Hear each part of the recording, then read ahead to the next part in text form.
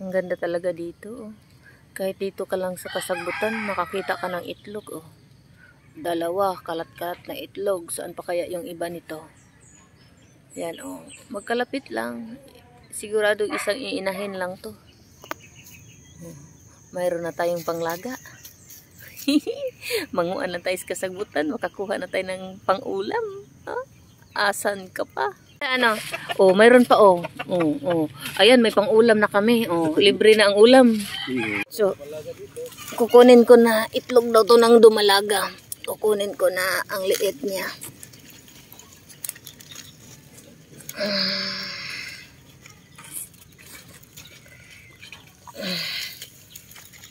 Itlog ng dumalaga.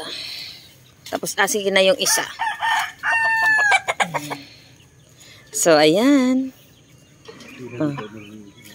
Oh, di ba? Mamulot ka lang sa Kasagbutan, may ulam ka na. Mayroon din doon sa loob, oh. 3 din yun, oh. Itlog ng bulig at talisay, oh. Kaso lang nakakulong, oh. Hindi yan pwede. Ito lang ang pwede. Ito, 3. Saan pa?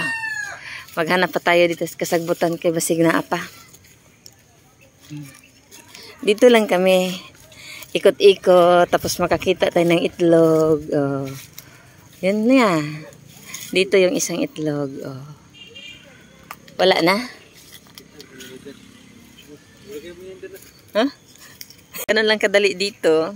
Ikot-ikot ka lang dito sa paligid, sa Kasagbutan, sa kadahunan.